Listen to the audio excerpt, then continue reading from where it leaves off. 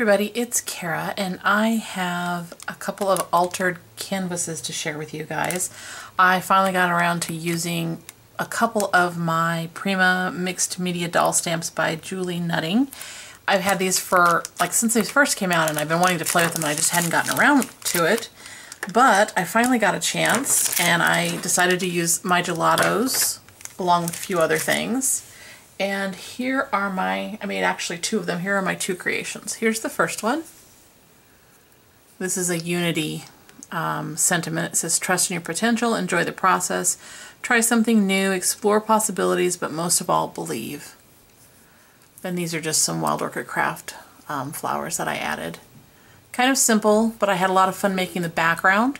So that's what I thought I'd show you today. But I want to show you the other one first. Here's the second one.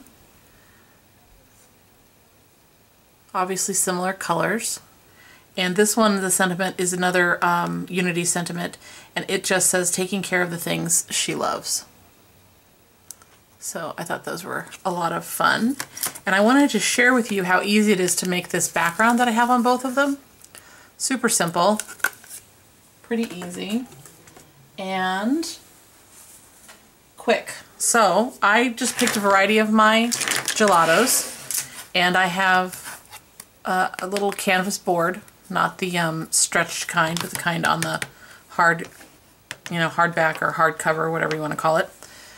And I just started with these and I scribbled kind of wherever I wanted that particular color. I didn't really have a ton of planning or, thought that went into it. I just kind of wanted it to be colorful and a little bit more summery than all the snow I keep seeing here. And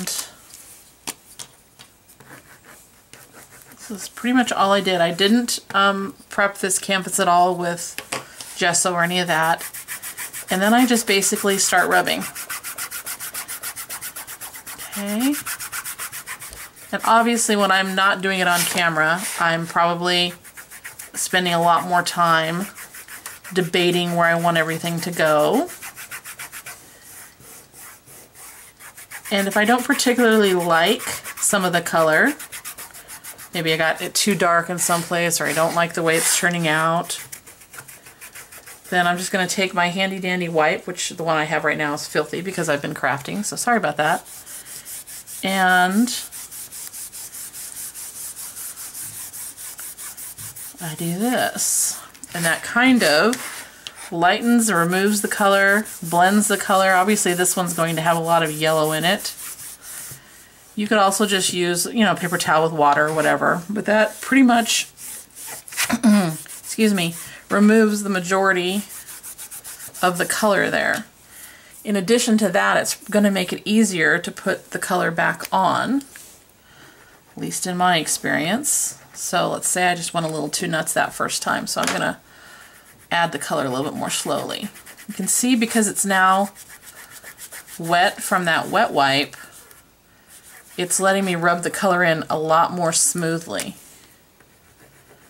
So part of this kind of depends on the look you want. Sometimes you don't want to rub the color in all this that way. Sometimes you want it to look a little bit more almost like a crayon, I guess I would say. And so now at this point, you basically just start adding the colors that you want where you want them. And these things are great because they blend together. And believe it or not, they do pretty easily come off your hands. If you haven't played around with these, you should give it a try because they're a lot of fun. And then the other thing I like to do when I get a lot more color on here and it's still a little wet is I'll take a dry paper towel and rub that on because it kind of then softens it. Hopefully you can see that effect. Let me zoom this up. There we go. Okay. So you can see this end right here. I haven't wiped there yet, okay? But it kind of softens it. It almost kind of works it in a little bit more. Hopefully you can see how that is. Let me try that again so you can see it. Let's do it with this kind of orangey color. So that's what it looks like before I do anything at all. Just kind of colored it on. I'm going to rub it with my finger. You can see I could still rub it in some more. And that mixed it a little bit with the color that I already had on my finger. Then when you do this though, it just really softens it. Obviously it's taking up some of the color. So it makes it a more kind of blended look. The other thing that you can do with these is also watercolor. You can scribble these on and then use a paintbrush and some water and blend it that way. I have actually a couple of these little ones that I've been playing with. I haven't really finished, but a couple little canvases. Oops, sorry, I forgot I had the zoom on. A couple of these little ones where I did more of a watercolor effect with it. Just kind of playing around and getting used to the way these things work and how they interact with different things. I had a lot of fun. And then for the skin and the hair on both of these, I did something a little bit different. On the hair, I used one of the Faber-Castell big brush markers and just did their hair that way. And then for the skin, on this one, I basically took a water brush and removed a lot of the color where the skin would be and just let kind of the canvas show through. But I didn't worry about it being perfect, so it still has a little tinge of the gelatos on it. And this one, for the skin, I actually took one of the other markers and put a light coat on there and then just kind of removed it here or there when it got too dark, rubbed it off or put a little bit of that water brush on there. So hopefully if you guys have gelatos, you'll give them a try and see exactly, you know, all of the things that you can do with them. I love the effect that you get. They're a lot of fun to play with. They're not hugely messy. This will come off your fingers very easily. Just remember, if you're using a lot of colors, you may want to switch fingers up or wipe them off so that you don't transfer color that you didn't want.